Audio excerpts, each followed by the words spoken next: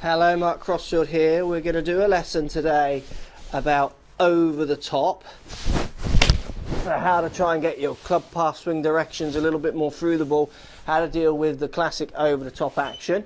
Talked about this a lot in other lessons, talking about shaft playing in relationship to hand playing, which people are starting to understand a bit more, which is great. Going to come at it in a slightly different angle today, talking a bit more about the pelvis and the hips. Those do. Let's get stuck in.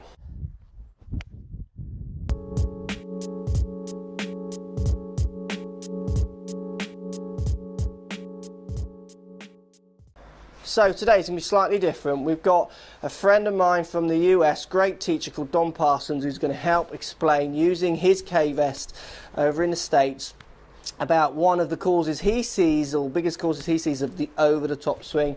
I see it day in, day out as well when I use my K-Vest on my students. So we're going to talk to you a little bit about pelvis, and in what we're going to talk about mainly is pelvis bend, so how the pelvic bend or pelvis bend works throughout the swing. So Don's going to take over. He's going to explain to you what he sees as the over-the-top move. He's in a lovely sunny day. I'm stuck here in UK in absolutely freezing cold. So I'm not sure if someone can get my manager on the line. And why is Don in? I haven't got a manager. Anyway, over to you, Don. Let's talk about over the top today.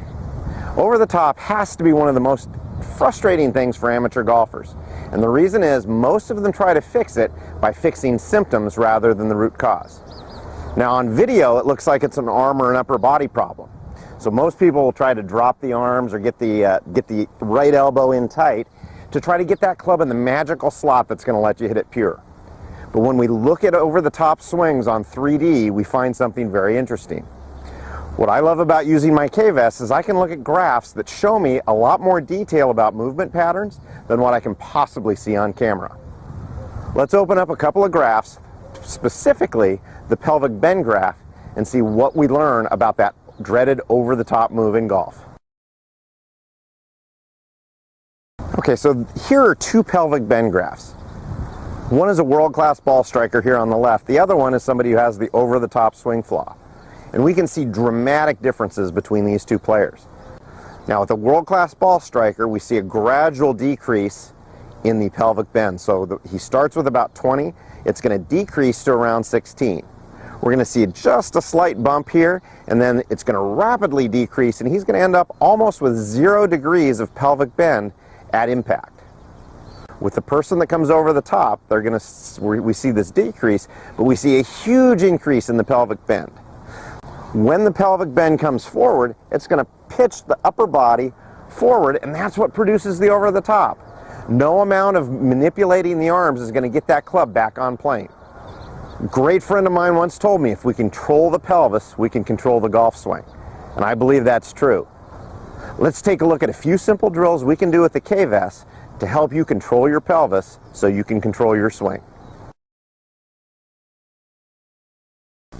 Okay, so here we are using one of my favorite drills where Josh is going to set up with his pelvic bend at 20, and as he rotates to the top of his backswing, we want to see that decrease to about 16. When he does that, we're going to see a pelvis turn green, and we're going to hear that tone that tells us that the pelvis is right in the right spot. The second part of this drill, we're going to work into impact and make sure that Josh's pelvic bend decreases to under 6 at impact. When he does that, we're going to see a pelvis turn green, and we're going to hear that tone that tells us that the pelvis is right in the right spot. So by doing these two drills, that's a couple of ways we use the K-Vest and the pelvic bend information to make sure that we eliminate that dreaded over-the-top swing fault. What do you think about that, Mark? Great stuff, Don. Totally agree. Totally understand what he said. I hope you understand what he's saying, guys. He's talking about pelvic bend, and he's talking about how the pelvis bend moves throughout the swing. So he's starting say with 20 degrees of pelvic bend. As I turn, you can see if I take this shaft here, lean it down, say around 20 degrees, as I make my backswing, it comes up near 0, 0 being the horizon here. As I start my downswing, it goes back down near 20, and then as I come through, it starts getting up back to the horizon and almost beyond on the way through. And most amateurs who aren't doing that, pelvic bend 20 degrees, It could take a little bit out possibly on the way back, but often increases. Then on the downswing, just keeps it in, not until anywhere near impact that they start trying to take it out. How that causes the classic over the top. And like in any fault, there's always more than one way to attack any problem. May it be just trying to get the shaft to be flatter than your hands. May it be for you guys focusing on your pelvis and trying to understand the bend in the pelvis.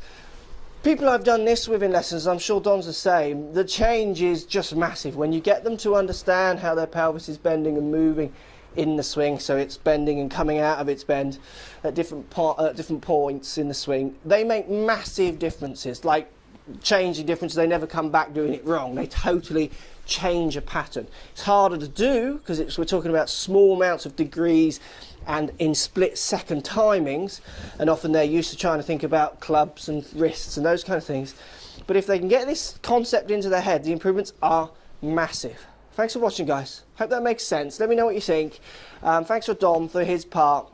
Anyone in his area looking for a good lesson from someone who uses K-Vest, I get loads of questions when I do videos with K-Vest about where can I find a K-Vest pro in my area. I'm going to put a link down in the description below to K-Vest's website, where you can just go through and search in your area to find who is your local person using it. If you want to find out why you hit the shots you do, actually measure some of the numbers of what your body is doing and give you the answers to why you repeatedly create the shots you do, then definitely go and find someone with a K-Vest who can actually measure your numbers rather than try and guess them on a flat two-dimensional screen, which, like Don says, you just can't see. So many of you now are starting to understand the club path, to swing direction, to face the pass. You're starting to understand the impact area more in 3 dimensions thanks to machines like these two kids here and others. But the more you can start understanding how your body moves in 3 dimensions rather than just purely thinking of rotation, which most people do, so thinking about bends and side bends, which we're going to do more of these videos, the better your understanding of your golf swing will become. The better understanding you've got of your golf swing, I feel, the better you'll be at changing, manipulating ball flight to make you play better golf. Thanks for watching, guys. Check out Don, link below to what Don offers as well. Thanks for watching, speak to you all soon. So if you like what's going on here, don't be afraid to subscribe to the channel. Also thumbs up the video, post comments, love to hear what you guys got to say. Let's keep it social. The more we talk, the more we share, the easier this game will get for everybody. So if you want to find me on Facebook here, you can find me on Facebook. If you want to tweet me, find me on Twitter here as well. Just follow the links, all in the description. Come and join the show, get active, get involved, get playing some better golf. Thanks for watching.